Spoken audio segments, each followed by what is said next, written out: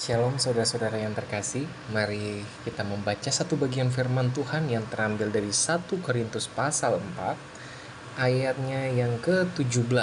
Firman Tuhan berkata begini: "Justru itulah sebabnya aku mengirimkan kepadamu Timotius, yang adalah anakku yang kekasih dan yang setia dalam Tuhan. Ia akan memperingatkan kamu akan hidup yang kuturuti dalam Kristus Yesus, seperti yang kuajarkan di mana-mana dalam setiap jemaat." Saudara-saudara, saya mengingat perkataan Gus Dur yang berbicara demikian. Orang India itu banyak ngomong, sedikit kerja.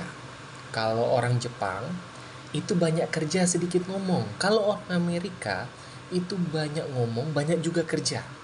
Tetapi orang Indonesia, lain yang diomongin, lain yang dikerjakan. Wow, ini sungguh lelucon tapi juga lumayan menampar kita. Karena budaya orang Indonesia digambarkan Gus Dur seperti halnya demikian. Bahwa orang Indonesia lain yang diomongin, lain yang dikerjain. Saudara-saudara, coba pikirkan. Bukankah di dalam kehidupan kekristenan juga sering mengaplikasikan praktik hidup yang salah? Misalnya contoh, banyak orang mengajarkan kebaikan tetapi hidupnya tidak baik. Banyak orang mengajarkan tentang bagaimana cara hidup yang benar, tapi cara hidupnya sehari-hari tidak menunjukkan kebenaran. Saudara-saudara, demikianlah Paulus ketika dia mengutus Timotius, anaknya yang kekasih di dalam Tuhan, anak rohaninya, untuk mengarahkan orang-orang Korintus supaya hidup benar. Paulus mengirim satu pesan unik, yaitu adalah bahwa Timotius akan menceritakan apa yang Paulus ajarkan adalah apa yang Paulus lakukan. Jadi dia bukan cuma ngomong doang, dia melakukan apa yang dia ajarkan. Dia bukan cuma bicara orang lakuin ini dan itu, tapi dia juga lakuin apa yang dia dibicarakan. Saudara-saudara, realitanya di dalam kehidupan kita ada begitu banyak orang cakap sekali untuk mengajarkan tentang praktek hidup yang baik, tetapi belum tentu cara hidupnya baik.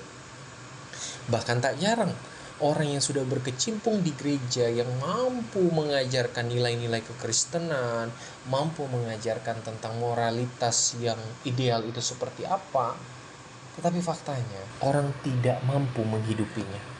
Maka saudara-saudara, kita jangan sampai sombong. Sebagai anak-anak Tuhan, kita harus belajar untuk rendah hati di hadapan Tuhan, mengingat diri kita mampu tidaknya berbuat baik. Kita harus sadar, sekali lagi, kita ini hanya manusia berdosa yang tidak mungkin memiliki potensi untuk hidup benar.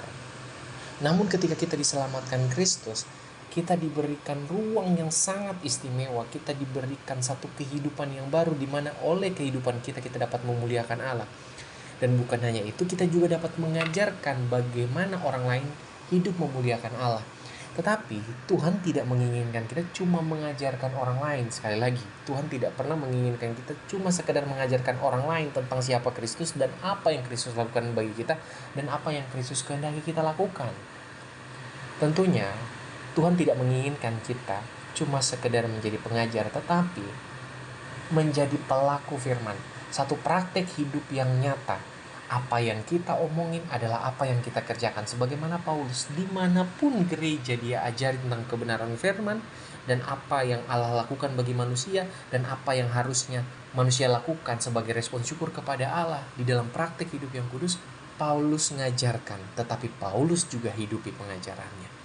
Tentunya pesan firman Tuhan ini bukan cuma untuk orang Korintus, tapi bagi kita juga orang-orang pada masa kini, agar di dalam kehidupan kita, di dalam praktek hidup kita sehari-hari, hidup kita haruslah hidup yang memuliakan Tuhan. Baik suara yang keluar dari mulut kita, yang terukir dari kata-kata kita, maupun dari praktek hidup kita sehari-hari, itu mencerminkan firman Tuhan yang kita hidupi, sehingga apa yang kita bicarakan adalah apa yang nantinya kita kerjakan dan yang sesuai dengan kehendak Tuhan. Kita berdoa. Tuhan Yesus, terima kasih. Tuhan mengajarkan kami banyak hal sehubungan dengan bagaimana kami harus hidup dan sebagaimana kami harus menjalani hari-hari yang sesuai dengan firman Tuhan. Namun mohon maaf Tuhan, ketika apa yang kami bicarakan sehari-hari sehubungan dengan karya-Mu, seringkali kami tidak hidupi dalam praktek hidup kami. Mulai sekarang Tuhan, mampukan kami berjuang melawan kedagingan kami supaya kami dapat melakukan satu tindakan yang memuliakan Tuhan, baik omongan kami maupun praktik hidup kami selaras dengan yang Kristus mau. Amin.